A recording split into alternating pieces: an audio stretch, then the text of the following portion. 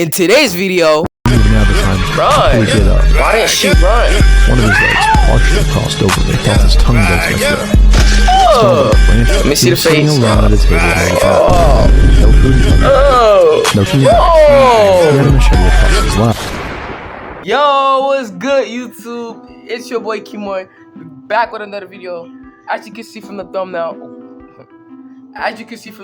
we're gonna be playing. Oh, we're not even playing today. But as you can see from the thumbnail, we're gonna be watching True Scary Stories. Yep, True Scary Stories. So this basically gonna be like a spooky scary Sunday, because we're gonna post this on a Sunday. So if you're seeing this on a Sunday, yeah. Hope you enjoyed this video. Don't make sure to like and subscribe, because your boy need the subscribers, and the likes. So share this with a friend and everything, because your boy need the subscribers, anything to support, because Also, how your day, man? Yeah, you thought I was not gonna ask that. How your day? Let me hear. I'm gonna take it off for you. All right. Oh, your day been good. Okay. I hope this video makes your day better. I know it's a scary video, but I hope it makes your day better, which it will, cause your boy. Yeah. All further ado, let's get to the video. We start. If you want to watch by yourself, it's made by, you see it, MJVA Animations. All right. If you want to watch the video like by yourself, you can. All right. But all further ado, I keep saying all right. All right.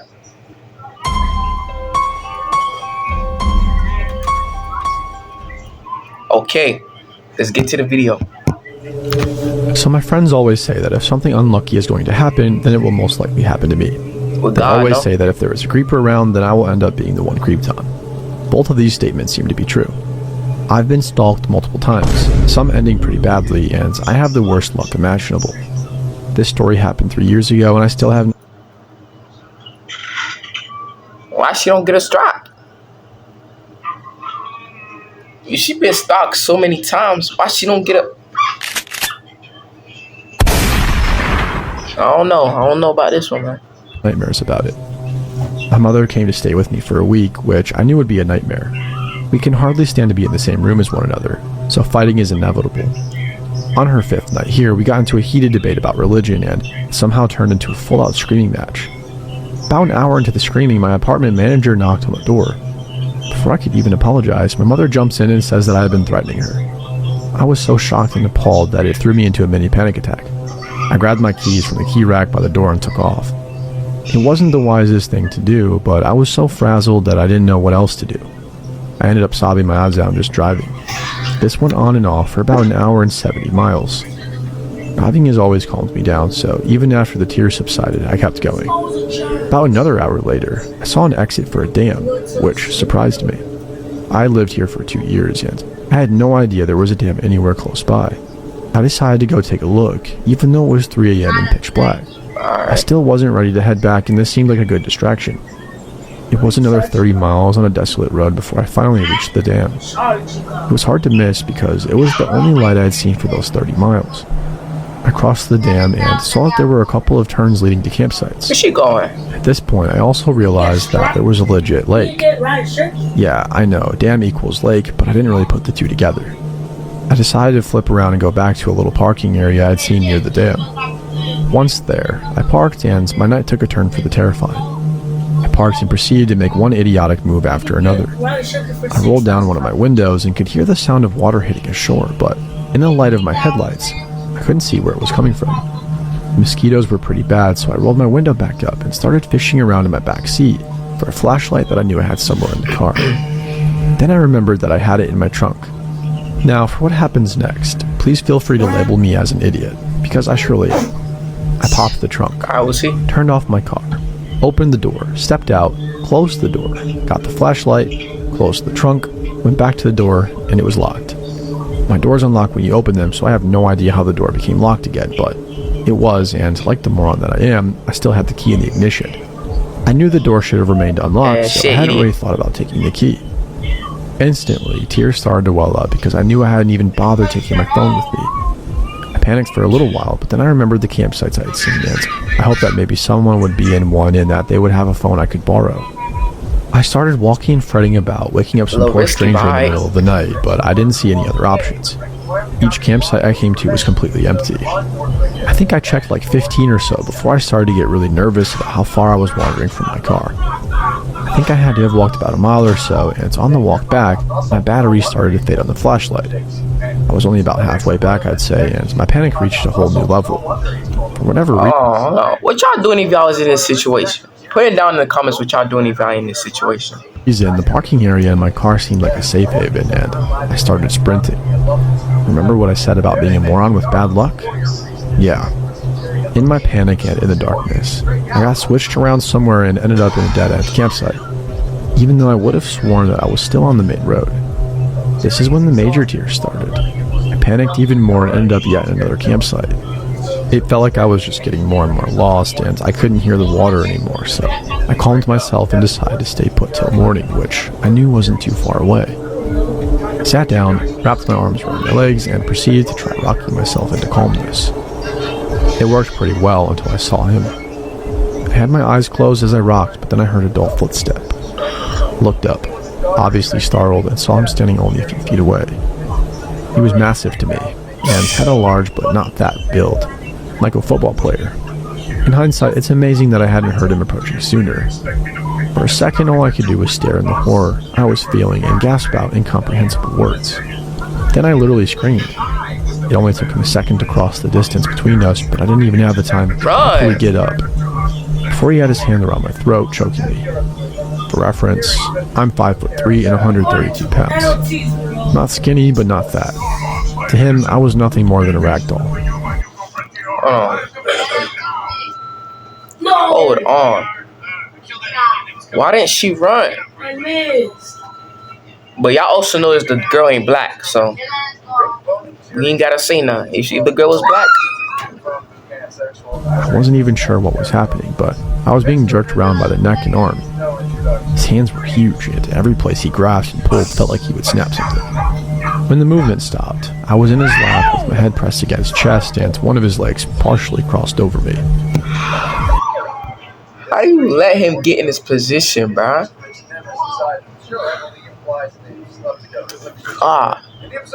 He was half cradling me, half grappling me. I was too dazed to make a sound, but when I tried, his hand would tighten over my throat again. I went still for a few moments, but then I felt his tongue against my throat. It smelled like rancid beer and something decomposing. I struggled to get free again, but this time he pinched my esophagus between his thumbs. The King of the Ocean wants to have a threesome with us. Totally optional, but a remarkable option to have, I assure you. Very generous. Who is this guy?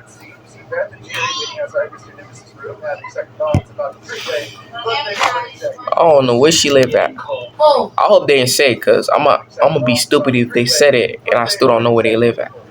I mean the area they live in. Forefinger. It was light at first, but then he started increasing the pressure. By the time he was done, I felt like I was going to pass out. I don't want to go into too much detail because the memory is still hard to revisit, but he went back to licking, groping, and kissing. It was traumatizing, but he never went for anything too intimate. I gave up on trying to scream or get away, but he would still occasionally choke me. I sat there and simply sobbed. Then, possibly even more disturbing, he started to hum and rock me. I'm not sure why this part bothered me so much, but it did. His voice seemed higher than it should be, and his hum was rather nasal. I don't know how to describe that. Then, just as his humming was becoming almost frantic sounding, I saw headlights and he stopped. Somewhere in the distance, it looked as if the car was heading our way. He also saw it, and I felt panic well up inside me, worried that he would drag me off somewhere, but he didn't. He simply let me go, stood up and walked the opposite way into the trees. Without him supporting me, I fell back slightly and watched him walk off. The sun wasn't fully up yet, but there was enough light to make out more of him than I had been able to before. He looked as bad as he smelled. Dirty, saggy jeans, a white hoodie that was so stained that it looked brownish gray, and medium-length brown matted hair. I didn't see his face at all because I kept my eyes shut for the entire time that he had me. I could hear the car getting closer, and I stood up. About 30 feet away was my flashlight and where I had been sitting, and I realized how far he had taken me while he pulled me around like a doll. I could see the car lights through the trees, but then they suddenly took a left and pinned. Imagine the car was the other stalker. Wait, I just realized the car turned, so that means the guy coming back. Nick set in again. Who knows? I worried that he would come back if he saw that the car wasn't coming to this campsite. I started to run. I didn't even care about staying on a path or road. That's what she should have done in the first place. I ain't trying to pause too much, but that's what she should have done when she saw him coming. She should keep a distance or something. Just as long as I could still see the car. I caught myself on a few bushes and scraped myself, falling a few times, but the pain didn't even register. I was too desperate to care. It felt like forever, and I don't know how long I actually ran, but I eventually ended up being close enough to the car that the couple inside noticed me. They stopped and the guy got out. I remember not even being able to talk. For a long while, I was just shrieking at the poor guy. Even before I could tell him what happened, his girlfriend had called the police. Everything after that seems like a blur now. The couple drove me to the parking area as told to do so by the cops, just in case the man was still around. The sheriff's department showed up, took my statement, took me to the nearest station, asked for another statement, checked me for evidence, called my mother, and contacted the fire department to break into my car for me. Just as my mom and friend arrived at the station, the sheriff's car pulled up, and in the back seat was the man. I was promptly pulled back inside and asked to make a positive identification. Wasn't like in the movies though. They literally just brought him up to me and asked, "This him?" Now this part still leaves me extremely emotionally confused, but it is what it is. As I looked up at him, he wouldn't meet my eyes. He looked ashamed, confused, and oddly vulnerable. And then his eyes started to tear up. I knew that something had to be wrong with him mentally, and in a weird way, I actually felt some sympathy for him. I did confirm that A man tried to struggle you to your death. Just know, if that car didn't come, you would have been dead. And now you feel sympathy for him? Yeah, she definitely white. this is where sympathy flew out the window. Nah. He was indeed mentally unstable, as I found out. But he was also a convicted sex offender. And who is this? This is Johnny Depp or something? Hey, Already. Yeah, I actually lucked out with what little had happened to me. Looking back, it seems more like a dream, or nightmare. My mother and friend took me back to my car, and rather than being stuck in a car with my mom, I opted to let her drive my car back and I rode with my friend. The entire drive back, she kept drilling me for more information, but I couldn't bring myself to even talk about it. I still don't like talking about it, and I refuse to ever go camping again. I'm also extremely paranoid about always having my key on me when I step out of my car. Not a funny haha kind of paranoid, but literally is now a compulsion to check to make sure I have my key with me. I usually have to check like 3 times to satisfy myself. You know, yeah, as far as the guy goes, he was admitted to a psych hospital, and I really hope he remains there.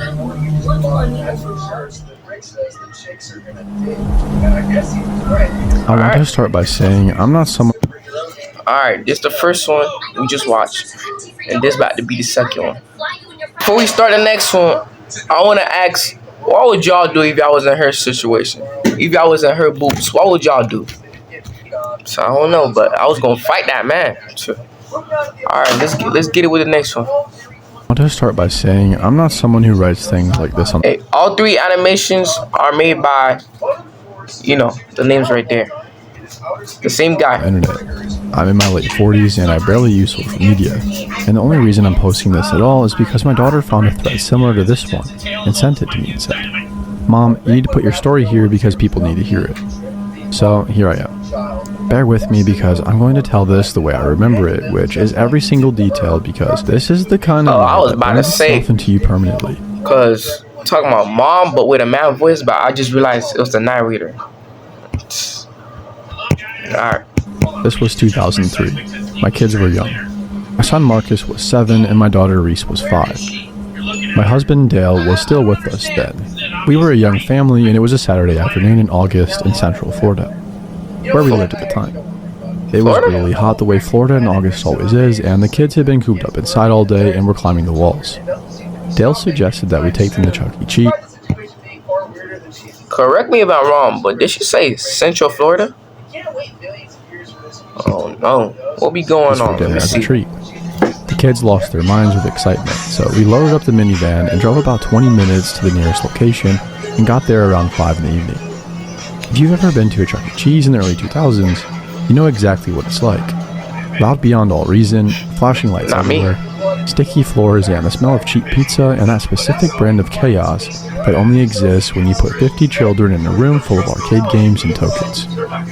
We got our tokens, got a table, ordered pizza, and let the kids run loose the way you do. Dale and I sat at the table drinking sodas and taking turns walking around keeping an eye on Marcus and Reese. The man was already there when we arrived. I noticed him within the first 15 minutes but didn't really think much of it initially. Let me see He the was sitting face. alone at a table near the bathroom. No food in front of him. No kids in the room. Probably mid-40s. Thin and wearing a shirt that seemed too formal for the summer. Just sitting there watching the room. I registered him the way you register something slightly out of place and then moved on. About 45 minutes in or so, Marcus came running up to our table and asked for more tokens. Gave him a handful and he ran back toward the games. I watched him go and noticed the man had moved. He was now standing near the ticket redemption counter, closer to where the kids were playing, still alone just watching. I mentioned it to Dale quietly. He looked over and shrugged and said the guy was probably waiting for someone. I nodded and told Or myself. he has a kid here. Then the man walked over to our table. Alright, don't be He stood scared. at the edge of it and looked at me and then at Dale and smiled Yeah, be in this scared, way be that felt scared. weird. And said something like, "Great kids you've got." I said thank you in that clipped way you do when you want someone to know the conversation is over. Dale nodded at him. The man didn't move for a moment. Just stood there at the end of our table laughing and then said he'd seen us come in and thought we looked like a really nice family. That he'd been watching us since we got there. I didn't say anything. Dale said, "Thanks, man," in a tone that meant please leave now. The man held that smile for another second and then walked way back toward his table. Dale and I looked at each other pretty creeped out. I said I wanted to leave. Dale said let's just finish the pizza and keep an eye on it. I agreed because the kids were happy and the pizza had just arrived and I told myself I was overreacting. But the man kept moving. Every time I looked up, he was somewhere different and always closer to wherever Marcus and Reese were. At one point, I got up to take Reese to the bathroom and when we came out, he was sitting in the hallway near the bathroom entrance. He looked at Reese and said she was a pretty little girl. I put my hand on Reese's shoulder and walked past him without responding, and went straight back to Dale and told him we were leaving right now. Dale went and got Marcus while I started gathering our things. I looked over and the man was back at his table watching us pack up. When we were ready to go and started heading toward the exit, he stood up. I watched him over my shoulder as we walked out. He followed us to the entrance area, not rushing, just walking steadily behind us. It's for And y'all. then stopped at the door and watched us through the Alright. glass as we crossed the parking lot. Alright. I told Dale he followed us to the door. Dale looked back and saw him standing there watching us through the glass, and his jaw tightened. And he told me to get the kids to the car while he went back in to speak to a manager. Just I go. said, "Please just come to the car and we'll call someone from there." You don't gotta call no one, just go. It was parked toward the back of the lot, not far, maybe 60 feet or so from the entrance. I had the keys and I clicked the unlock button when we were about 20 feet away, and the lights flashed. Marcus ran ahead the way kids do and grabbed the handle of the sliding door and yanked it open and climbed in. What happened next took about 3 seconds, and I have replayed it thousands of times. Marcus screamed. Not the way a kid screams when they're startled or playing, the way a child screams when something is truly wrong. Dale was at the side door in an instant, and I grabbed Reese and pulled her back away from the car. What? The man from inside was in the back row of our minivan. I do not know how long he had been in there, and I do not know how he got in there because I am certain I locked that car when we arrived. He was crouched in the back seat, and he had a machete across his lap. What happened next? I'm not going to describe in full detail because I have children who may one day read this, and because some of it I still can't fully put into words. Dale grabbed Marcus out of the car and pushed him toward me, and I ran with both kids to the entrance of the Chuck E. Cheese, screaming for someone to call 911. A staff member got us inside and locked the door, and someone called the police. Dale did not come with us. He spent 4 days in the hospital, 2 surgeries.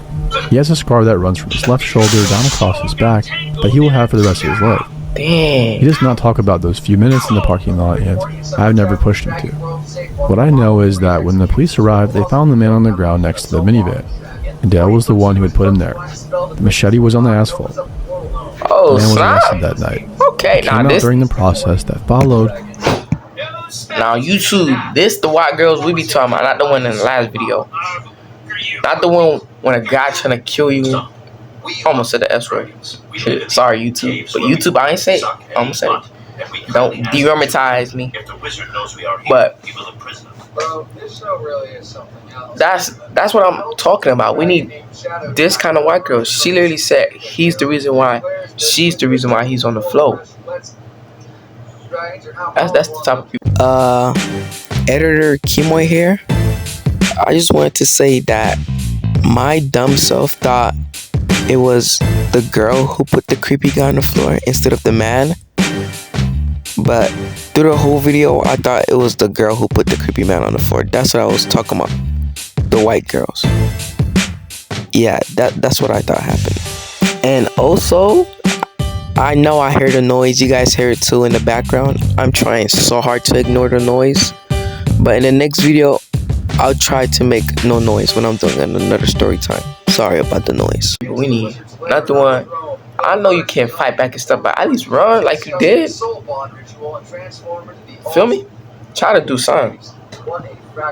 He had a history of incidents like this, that he had been known to police in 2 other counties, and that he had targeted I'll be scared too. A family in a public place full of children on a Saturday night. I've never fully understood what his intentions were, and I'm not sure I really want to. My kids are now young adults. Neither of them has been inside a Chuck E. Cheese since that night, and neither has Dale, and neither have I. Marcus told me a few years ago that he still has a hard time in loud, crowded places. Something about the noise and the flashing lights puts him on edge in a way he can't really explain to people who weren't there. Is he the woman in the relationship? My man, you gotta step up your game, man. He's the woman in the relationship. Like, if you know, you know. I ain't trying to say too much. I know exactly what he means. I noticed that man within 15 minutes of arriving. I pointed him out to my husband. I watched him move around that building for over an hour, getting closer and closer to my children, and I still almost didn't leave in time. That's the thing nobody tells you about situations like this. Your instincts are usually right. The problem is that every reasonable part of your brain is working against them, telling you you're overreacting, that it's a public place and that nothing bad happens in a Chuck E. Cheese on a Saturday night. Trust the feeling and leave.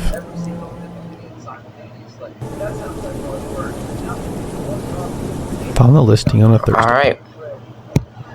Chat, this the third one. Put your answers in the comments what you guys would do in the last one. Alright. But this one we about to watch, this is the last one for today. I hope you guys gonna like it, alright? On a Thursday night, sitting on the floor of my friend Kendra's apartment, surrounded by everything I owned in 4 garbage bags. I've been staying with her for 11 days after my previous living situation fell apart fast and ugly, and as grateful as I was, I could feel the clock running. She had her own life, and I needed to move. The listing was on a local housing board, the kind of bare-bones site with no photos and no verification of anything. The price was the first thing that caught me. $450 a month, including utilities, in a city where I'd been looking at $800 for a shared bedroom. I almost scrolled past it assuming it was a scam. The ad was sparse. Private room in a quiet residential home. Females only. Respectful household. Serious inquiries only. A list of rules about guests and noise were longer than the rest of the ad combined.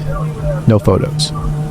I emailed anyway because $450 is $450. He responded within minutes. Said his name was Gerald. He explained the females only rule right away, unprompted, and said that he'd had problems in the past with male renters being disruptive and disrespectful of the space. He was a retired widower, he said. Quiet, kept to himself, and just wanted a responsible tenant to help with the bills. Alright. He could show the room tomorrow if I were available. I told Kendra about it, and she asked me to at least look before committing to anything. I said of course. The house was a narrow 2-story on a residential street. Well kept. Nothing alarming about it from the outside. Alright. Gerald answered the door before I knocked, which meant he'd been watching for me. He was in his mid-70s, slight with very pale eyes. Alright. Come on now. Let's be honest. Ain't nothing to be scared about. This is an old man. Actually, What did you say? yeah. Let me not even talk. And Yeah. thin white hair Old going man's flat. be powerful. He was dressed I ain't gonna formally lie. for a home showing. Pressed experience. slacks and a collared shirt buttoned to the top. He shook my hand with both of his and held it a moment too long and smiled without showing his teeth. The house was immaculate. Not clean the way people clean before showing a room. Clean the way a place is when cleaning is a compulsion. Every surface bare. Everything perfectly parallel. A faint smell of bleach under the air freshener. He showed me the common areas first, walking slightly behind me and narrating in a soft, measured voice. He showed me the kitchen, the living room where he spent most of his time, and a small bathroom. Then a spare room upstairs. It was plain and clean and had a lock on the door. He asked me about myself while we stood in the room, where I worked, what my hours were like, and whether I had family nearby. I told him I just moved to the city, keeping it vague. He nodded along slowly and asked whether people knew my address yet, whether I'd had a chance to get settled. I thought it was small talk. I said, not really, still figuring things out. I took the room because I needed it, and because the lock on the door made me feel better than I should have. I moved in on a Saturday. By the second week, I had stopped being able to ignore the feeling that something was wrong. He was always awake when I came home. Always trust your gut. Every time, no matter what hour, he was in the living room chair facing the front door, with the lamp on and the television off. He would look up when I came in and say good evening and nothing else. He never seemed to sleep. I never heard his bedroom door close at night. My things moved while I was out. Small things like my toiletries rearranged on the bathroom shelf, my jacket hung differently than I'd left it, or my shoes turned to face the opposite direction. Nothing missing, nothing damaged, just slightly wrong every time I came home. He knew my schedule before I told him. He would have dinner on the stove on the nights I got off at 6. He would mention offhand that I must be tired after the long shift on days I hadn't told him would be long. When I asked how he knew, he would smile and say he just had a feeling. I told myself it was an old man being attentive. I told myself I was lucky, and I said this to myself for about 3 weeks. I found the notebook on a Tuesday morning. He left for his weekly grocery run, and I was in the kitchen making coffee. It was on the counter beside the refrigerator, not hidden at all, just sitting there like a notepad does. I picked it up thinking it was a grocery list. My name was written across the top of the first page. I stood in the kitchen and read it. Daily entries going back 5 weeks, starting 2 weeks before I'd even responded to his listing. My full name, which I had never given him in full. A physical description so detailed it turned my stomach. My workplace, my old address, Kendra's name and address. He had researched me before I existed to him as anything other than a target. The entries tracked my routine with the precision of someone who had been watching for a long it's some time. jigsaw type stuff. The right language there. shifted as the entries went on. Some stalker stuff. Less observational, more personal, delusional in a way that made my legs feel unstable. He wrote about me like we had an established relationship, like I was already his. Get up out of there. Get up out I of should there. have left right then. I know that. But instead, I opened the cabinet above the refrigerator where he kept his miscellaneous papers and found 2 more notebooks behind a stack of folders. Different names on the covers, same format. The second one was from 4 years ago. I read the last entry. 4 words and a date. She tried to leave. I searched the name on my phone right there in his kitchen. Missing girl. person's case. Unsolved. Last known address listed as this house. The case had gone cold. There were 2 others when I searched the third name. I went upstairs and started putting things in my bag as quietly as I could. Get a I knife. wasn't thinking clearly. I was operating on something more basic than thought. Wasn't Just thinking. moving and just get out, get out, get out. I packed for maybe 4 minutes and then I stopped. There was a shadow under my bedroom door. Oh no. He was standing directly outside in the hallway. I could see the outline of his feet in the gap beneath the door, perfectly still. He didn't knock and didn't say a word. Shoulda got a Didn't knife. move. Just stood there in the dark hallway outside my door in complete silence, while I stood on the other side of it unable to breathe. I don't know how long it lasted. It felt like a long time. I backed up slowly to the window and unlatched it without taking my eyes off the shadow under the door. I went out the window onto the porch roof, in my socks, and dropped into the side yard and ran. Alright, run. Called the police from 3 blocks away. I Alright. sat on the curb of a stranger's house in the dark and shook while I talked to the dispatcher. They searched the house that night. Gerald was taken in for questioning. I gave my statement and handed over everything I'd photographed in his kitchen before I ran. The detective I spoke with was professional and measured and gave almost nothing away. But at the end of our conversation, she asked me if I'd ever gone into the basement while I was living there. I told her I didn't know there was a basement. She wrote something down and didn't respond to that. She thanked me for coming in and told me I'd be contacted with any updates. That was 8 months ago. The investigation is ongoing and I've been advised not to discuss specifics. Gerald has not been charged with anything at all, which is its own kind of horror that I still live with every day. So what was in that I basement? still don't know what they found in the basement. I've never asked directly and nobody has told me. I think about that on purpose. I let myself not know, because I have a feeling that if I did know, I would never sleep again.